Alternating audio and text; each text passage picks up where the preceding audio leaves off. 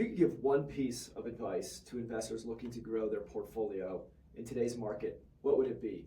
This is Nick Elder and Lon Welsh with Ironton Capital, passive investing specialist for the busy accredited investor, helping you go passive. Today on Coffee Break with Ironton Capital, Lon, this is a question we get quite often. Our investors are always looking and trying to figure out how do they navigate different market cycles. So if you could give one piece of advice to investors who are looking to grow their portfolio in today's economic environment, what would it be?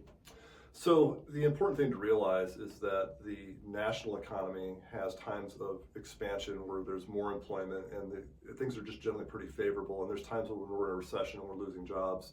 Similarly, each individual subsector of the real estate market goes through cycles as well, and investing is going to be more or less attractive for each asset class within real estate depending on where you're at in the cycle.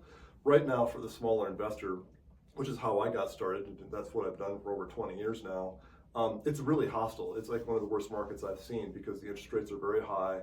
The asset prices to buy a house or a condo are very high, and the amount of rent you can get isn't high enough to make the cash flow work out.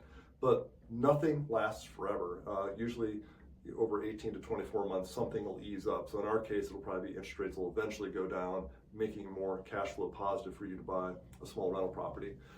If you do like being a small landlord and you're not burned out on it yet and you want to acquire more, I think the winning strategy right now would be to try to buy a fix and flip property, not something that's all set to go. If you've sort of got the stomach for it, renovate it a little bit, get a tenant in there, so your basis will be relatively low, you'll have a little bit better cash flow, and then just run it that way. And then when you're ready to exit that, maybe in a year or 3 or 5, then when the tenant leaves, you can renovate it to final beautiful condition and then sell it at a good price. And since you've had it for more than a year, you can use a 1031 exchange, or at least you'll be in a much better tax bracket. So that strategy actually is pretty all-weather. It works pretty much all the time. So that's what I'd probably pursue.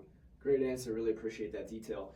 If you'd like to have a 15-minute call to see if passive investing is right for you, please book your time at irontoncapital.com/gopassive. Thank you.